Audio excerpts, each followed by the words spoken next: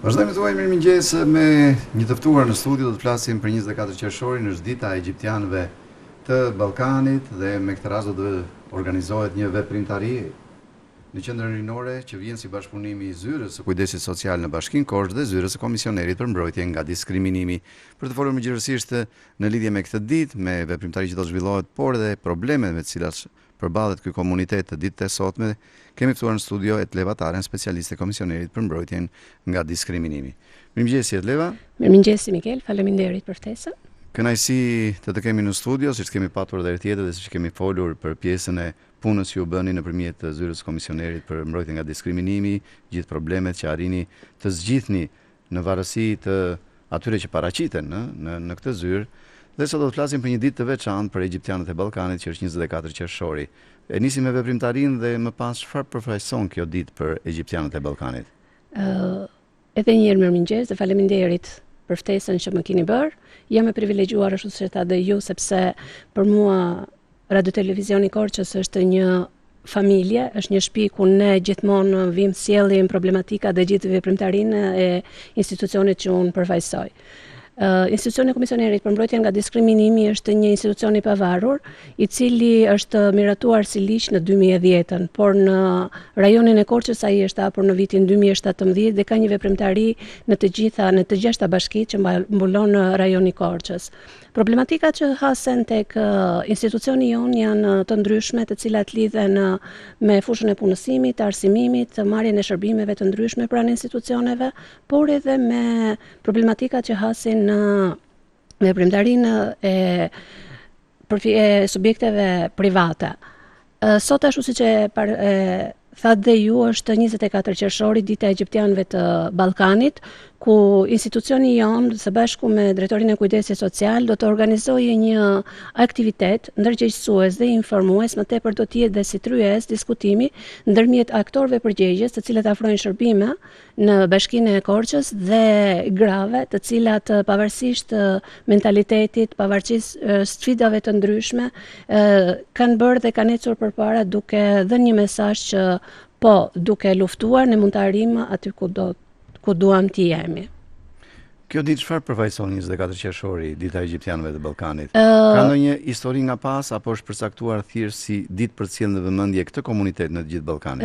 Jo, më 24 qershor të vitit 91 në Ohor janë mbledhur organizata të komunitetit egjiptian nga gjithë Ballkani, të cilët kanë nxjerrë të gjitha problematikat dhe kanë mundësuar për të bërë një ditë që të jetë vetëm me komunitetit, ku nëpërmjet saj të gjitha organizatat që janë në Ballkan, sidomos në Maqedoni, Strug, Shqipëri, Kosovë, të kenë një referendumin e tyre, ku nëpërmjet saj ato kanë bërë të mundur që pas viteve 90 dhe 91 edhe ky komunitet të njohë të drejtat siç kanë patur komunitetet e tjera, dhe duke qenë nga 91 deri në vitet në vazhdim, organizatat e shoqërisë civile të cilat përfaqësojnë këto komunitete kanë arritur që edhe komuniteti egjiptian, ashtu si komuniteti rom ose pakica bullgare, maqedonase, greke të tjera të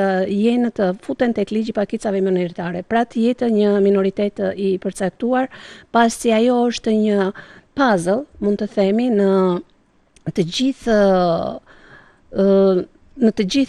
shoqërinë dhe sektorët të ndryshëm, ku zë një vend të veçantë, sepse është një komunitet i cili ka ardhur nga shekulli 15 në të gjithë Ballkanin, dhe duke parë traditat dhe e hershme të këtij komuniteti, siç ka qenë Kovaçana ose siç është Balta, ai është shpërndar.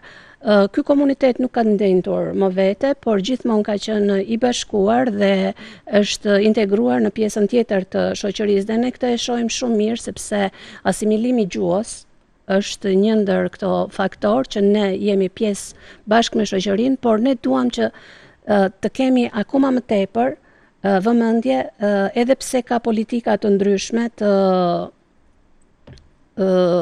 për integrimin e këtij komuniteti nga pushteti qendror dhe pushteti vendor, gjithmonë po, por përsëri ne e shikojmë, por ne përsëri këtë komunitet ne e shikojmë të lënë gjithmonë pas dore. Pra ka ende për të bërë për komunitetin, ka ende për të krijuar ura lidhse në mënyrë që ata të ndihen pjesë e mirëqenies së shoqërisë sot? Këtë unë mund ta lidh me punën time të përditshme që ne bëjmë si institucion, me rastet e ndryshme që ne na vinë në zyrë, ose me organizimin e ditëve të hapura, ku ne së bashku dhe me aktorë të tjerë, siç është Avokati i Popullit ose Ndihma Ligjore Falas, bëjmë organizimin e ditëve të hapura në këto komunitete. Shohim që edhe pse është një plan veprimi, si në pushtetin qendror dhe atë vendor për romët dhe egjiptianët, ku kapen fushat më kryesore siç është arsimimi, punësimi, strehimi, pjesa e vendimarrjes ose shëndetësia, përsëri le për të dëshiruar në mosbatimin e dur të këtyre objektivave që janë vendosur në këtë plan. Probleme me cilat përballet sot ky komunitet, duke marrë parasysh që janë probleme që në një farë mënyrë janë zgjidhur për një pjesë të tyre, janë probleme që përsëriten për një pjesë të tyre, dhe duke lidhur ngushtë edhe me punën që bëni ju si zyrë e komisionerit kundër diskriminimit. Keni probleme që keni marrë në shqyrtim dhe i keni zgjidhur? Atë që tash dhe pak më parë, Mikel, ne kemi patur goxha problematika të cilat lidhen me fushën e punësimit, arsimimit dhe strehimit. Domethënë këto janë tre çështjet kryesore që ne kemi hasur nga momenti që është hapur zyra e komisionerit në rajonin e Korçës. Për komunitet, ëh? Po, për komunitetin egjiptian. Mund ta lidh me fushën e strehimit. Për shkak të infrastrukturës, për shkak të kthimit të pronave ish pronarëve, një pjesë e mirë e këtij komuniteti është vendosur dhe jeton në disa zona, të cilat më parë kanë qenë konvikte, ose banesa kolektive. Banesa po kolektive, për të cilat ne kemi bërë, banorët kanë ardhur, janë ankuar në mënyrë që të gjejnë një zgjidhje, sepse kushtet janë shumë të vështira. Ata kanë një tualet të përbashkët, janë 5 familje duke patur një tualet të përbashkët, ku janë, mund të flas për të dyja konviktet, konviktin e ish mjekanikes dhe atë të bujqësores. Jetojnë shumë keq, nga momenti në moment në ato konvikte ne kemi hasur që dhe mundet kemi patur edhe raste dhune që është bërë ndërmjet vetë familjarëve, si ankesë ne kemi ngritur si institucione kemi ngritur pranë bashkisë dhe na është premtuar që këto familje do të strehojnë, do të bëhen banesa përsëri në një pjesë tjetër ku është zonët e përfshirë në njësinë administrative përsëri të Korçës, që është zona e Pularis që ne kemi patur, Travenbanku që quhet më parë, po deri më sot ne nuk po shohim asnjë gjë. Janë gjithsej 200 familje të këtij komuniteti, të cilat jetojnë në kushte, siç thash, këtu jetojnë tek gjeologjia, jetojnë në ish fajanca, pra janë disa banesa kolektive që janë bashkisë, por që ju janë dhënë për të banesë këtyre komuniteteve. Nga ana e bashkisë, me takimet e ndryshme që ne kemi marrë dhe me drejtorinë e strehimit, me specialistët e këtij institucioni dhe vetë me drejtoreshën, na është thënë që ka politika të ndryshme për strehimin, një ndër to është dhe dhënia e bonusit të qeras. Këtu ne shohim si institucion që ka një ngërç të madh, mbasi ndodh një diskriminim interthort, edhe pse mund të ketë. Ka një familje nga komuniteti egjiptian që ka përfituar nga bonusi i qeras? Ka familje që kanë përfituar, të cilat janë në marrëdhënie pune, ose ju është paguar 50% ose 100% nga bashkia.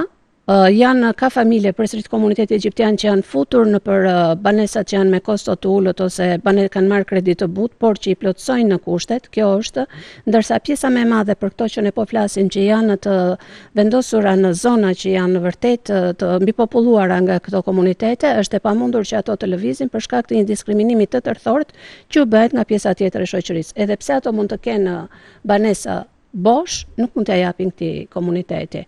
Mund të themi tek fusha e arsimimit, ne kemi patur problematika lidhur me zbatimin e VKM-s 666 të përmarrjen e bursave. Familjet kanë qenë në pjesë e këtij komuniteti, kanë qenë familje që kanë gëzuar kriterin në nevojë, po për shkak të mungesës së fondeve që ka patur bashkia, sepse këto fonde ajo i merr nga Ministri i Arsimit dhe Ministri i Arsimit ka patur një kuotë të caktuar, ku numri i kërkesave ka qenë më i madh se sa numri i përfituesve. Kjo ka bërë që këto shumë familje të këtij komuniteti dhe fëmijët e tyre të mos e përfitojnë këtë bursë. Nga ana tjetër kemi edhe takimet e zhvilluara në ditë të hapura në komunitet, sepse edhe kjo është shumë e rëndësishme, të merren drejt për drejt nga komuniteti problemet. Ju përmendët problemet kryesore, siç është ai i strehimit, edhe i në fushën e arsimit, punësimi, po ka edhe në fushën e punësimit. Po, edhe në fushën e punësimit ka probleme. Në këto takime çfarë ka dalë në pa dhe çfarë është theksuar më tepër nga ana e komunitetit si kërkesë prej tyre? E para njëherë është që komunitetet gjithmonë shprehin atë dhe thonë që ne nuk marrim shërbimin e dur kur shkojmë pranë institucioneve. Pra ky është opinioni i parë. Kjo është opinioni i parë që del nga komuniteti. Problematik tjetër ato kanë patur në lidhje me punësimin, që kanë qenë edhe për në subjektet e ndryshme private, edhe pse janë identifikuar nga zyra e punës, shumë... Pra janë të regjistruar në zyrën e punës të papunë? Janë të papunë, janë drejtuar pranë subjekteve, duke i parë thjesht që janë pjesë e komunitetit, ato nuk janë pranuar. Raste tjera ka, siç thash, është strehimi ose janë kushtet ekonomike sociale të tyre, varfëria, sepse si komuniteti rom dhe komuniteti egjiptian të ardhurat e tyre më tepër i kanë nga shitja e hekurishteve që ne mund të themi, ose nga punët që vënë, nga riciklimi, ose nga punët që ato bëjnë, ose nga punët që ato bëjnë të dyta, por që i kanë të pa deklaruara. Një ndër problematikat e tjera që ato ngrejnë është edhe mungesa e vendimarrjes. Domethënë ne nuk kemi, edhe pse kemi shumë student të cilët kanë mbaruar ose kemi shumë individ të cilët kanë arritur të jenë në kapacitetet e duhura për të futur pjesë e vendimarrjes, ne shohim që si në për këshillat bashkiak, si në pushtetin qendror, ne nuk ose në për institucionet e ndryshme nuk kemi përfaqësitë këtij komuniteti. Në mënyrë e ngrej këtë problematik sepse komuniteti ndjehet akoma më mirë kur ka një zë të fuqishëm dhe kur ka përfaqësohet dhe kur pranë ti shkon një antar e këtij komuniteti. Unë jam vetë pjesë e komunitetit egjiptian dhe unë ndjej tek vetë banorët e këtij komuniteti kur unë shkoj ose kur vin pranë zyrës time e kanë më të lirshme për të shprehur në lidhje me të gjitha problematikat ekonomike sociale që ata kanë, ose domethënë kanë atë shpresën që unë edhe pse nuk mund të jetë problemi i zgjidhjes për nga ana e diskriminimit si institucioni komisionerit, ata kanë atë që do shkojmë tek Eva dhe do të bëhet mundur zgjidhjen e një problematike. Do të ishte shumë mirë që unë e them për të gjitha institucionet, jo vetëm tani, por e kam thënë dhe më parë, duhet të jetë shumë mirë që ne të kemi përfaqësinë në institucionet sidomos, në për ato administrata ku afrohet shërbime për këto komunitete. Për këto probleme që vazhdojnë, a ka patur premtime për zgjidhjen e tyre dhe gjithmonë në kërkesën tuaj si zyrë apo edhe nga pjesa e komunitetit, sepse këto janë probleme që janë trashëguara, pra janë probleme që vazhdojnë, nuk janë të reja. Shika, zgjidhje për disa probleme ka patur. Nuk mund të themi që jo, por janë të pakta dhe vetë nga komuniteti ka disa faktorë të cilat e pengojnë që ata të ecin më përpara. Mund të them që për studentët ka patur politika për përjashtimin nga tarifa e shkollës. Pra në fushën e arsimit ka. Në fushën e punësimit, në tani kohët e fundit është programi nxitjes punësimit, ku zyra e punës me Fondacionin Emanuel, i cili ka nëna të fëmijëve që frekuentojnë në qendrat e tyre, i kanë të punësuara për një vit në për qendrat e tyre. Gjë që kjo tregon që dhe ato integrohen pavarësisht se është ajo stigmatizme që thuhet që ky komunitet nuk punon. Jo, komuniteti punon, por duhet të dish si ta trajtosh. Duhet krijosh kushte për treguar veten sa të aftë janë. Atë siç thash pak më parë është politikat e nxitjes punësimit janë dhe kurset profesionale.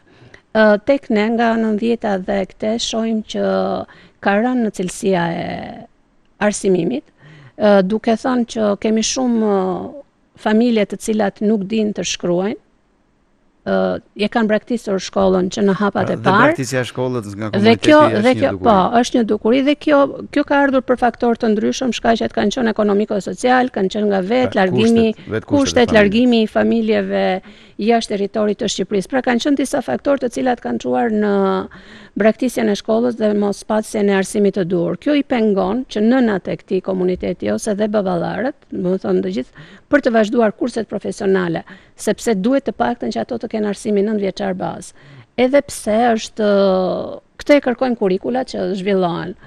Ne si institucione kemi ngritur si problematik se bashku me avokatin e popullit në përtakimet e ndryshme që për këtë kategori të ketë një përjashtim ose të gjendet mënyra dhe metodat e ndryshme që të mos bëhen nëpërmjet arsimimit duke i përjashtuar, që dhe ato me mbarimin e një kursi profesional të kenë mundësinë për të punësuar ose të hapin një profesion ose mund të hapin vetë punësimin e atyre, një aktivitet. Mirë, ju falenderoj për praninë tuaj, mirëmëngjes, ju uroj suksese në punën tuaj, që është një punë shumë e rëndësishme në mbështetje jo vetëm të komuniteteve, por gjithë problemeve që vinë nëpërmjet diskriminimit sot në shoqëri.